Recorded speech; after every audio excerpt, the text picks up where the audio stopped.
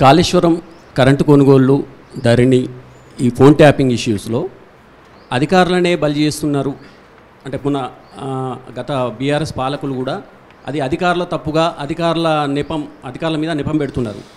మరి అధికారుల మీదనే ఉంటుంది. ప్రస్తుతానికైతే కాళేశ్వరానికి సంబంధించి 2 అధికారుల మీద చర్యలు తీసుకున్నారు. ఫోన్ ట్యాపింగ్లో 4 పోలీస్ ఆఫీసర్ ఇప్పుడు జైల్లో ఉన్నారు.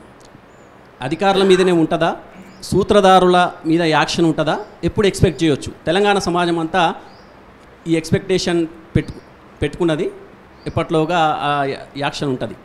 ఏదైనా విచారణ ప్రారంభం అవ్వగానే సిగ్నటరీ అథారిటీ మీద ఫస్ట్ విచారణ జరుగుతుంది. అంటే ఎవరు సంతకం పెడతారో సంతకం పెట్టిన ఉంది బాధ్యత ఎక్కువ.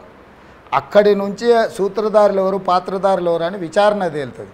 విచారణ మధ్యలో మనం పలానాయన అని మనం ఫిక్స్ చేయలేము. మనం ఫిక్స్ చేస్తే కూడా మనం ఉద్దేశపూర్వకంగా ఎవరినో ఇరికించడానికి ప్రయత్నం చేస్తున్నారనే చర్చకు తావొస్తుంది.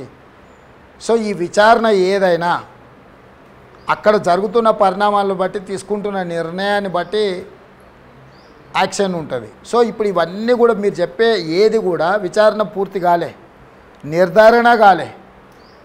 ఇనీషియల్ స్టేజ్లో ఎవరెవరైతున్నారో విచారణ చేయడానికి అవసరమైన వాళ్ళని తొలగించిండ్రు, విచారణ చేయడాన్ని అవసరమైన వాళ్ళనే కస్టడీలోకి తీసుకుండ్రు. ఇది ఒక కొలిక్కి వస్తే తప్ప నువ్వు చెప్పే ప్రశ్నకు ప్రభుత్వం వైపు నుంచి మేము సమాధానం చెప్పలేము. అంటున్నాడు, మేము కనుక అధికారంలోకి వస్తే ఈ పాటికి కేసీఆర్, కేటీఆర్ అంతా జైల్లో ఉండేటోళ్ళని. ఇక బండి సంజయ్ మాటలకు మనము ఎక్కువ స్పందిస్తే 10 ఏళ్ల నుంచి వాళ్ళే కదా అధికారంలో ఉన్నది. నరేంద్ర మోడీ కదా ప్రధానమంత్రిగా ఉన్నది, కిషన్ రెడ్డి గారే కదా కేంద్ర మంత్రిగా ఉన్నది. గతంలో ఇదే కిషన్ రెడ్డి గారు కేంద్ర హోంశాఖ సహాయ మంత్రిగా పనిచేశారు. అప్పుడే ఆయన పెడబొబ్బలు పెట్టి నా ఫోన్ ట్యాపింగ్ చేస్తున్నారని. ఫోన్ ట్యాపింగ్ అనేది కమ్స్ అండర్ హోమ్ మినిస్ట్రీ.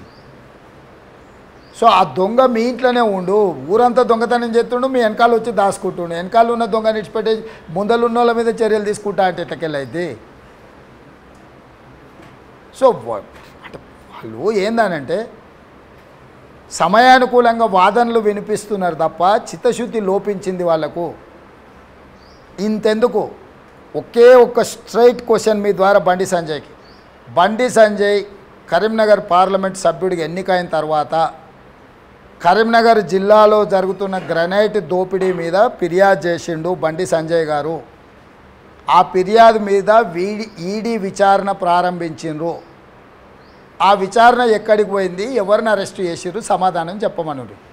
వేరే వాళ్ళు ఫిర్యాదు లేదు, వేరే రాష్ట్ర ప్రభుత్వ విచారణ సంస్థలు విచారణ చేయలే. ఫిర్యాదుదారుడు బండి సంజయ్ గారు, విచారణ చేస్తున్నది అమిత్ షా గారు. ఎక్కడికి పోయింది ఆ కేసు? కాశీకి పోయిందా, కంచికి పోయిందా, ఎక్కడికి పోయిందో బండి సంజయ్ గారిని చెప్పమనుండ్రి.